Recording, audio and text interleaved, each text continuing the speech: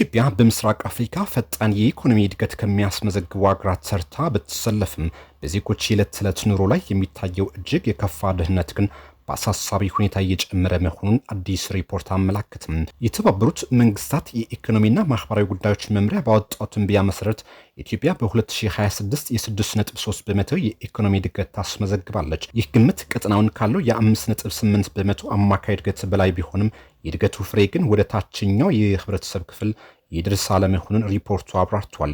ኢትዮጵያ ዋና እድገት በምስራቅ አፍሪካ ካሉ ሀገራት መካከል ጠንካራ ከሚባሉ አንዱ ሆኖ ተመዝግቧል። ይህ እድገት የተገኘው በተረጋጋ የግብርና ምርታማነት እንደ ወርቅ ባሉ የንግድ ሸቀጦች ላይ በታየ ተመራጭ ዋጋና በአገር ውስጥ ፍላጎት መጨመር መሆኑ ተጠቁሟል። እነዚህ ስኬቶች በዓለም አቀፍ የገንዘብ ድርጅት IMF ፕሮግራሞች ስር በተተገበሩ ታላላቅ የኢኮኖሚ ማሻሻያዎች የተደገፉ መሆናቸውን ሪፖርቱ አብራርቷል።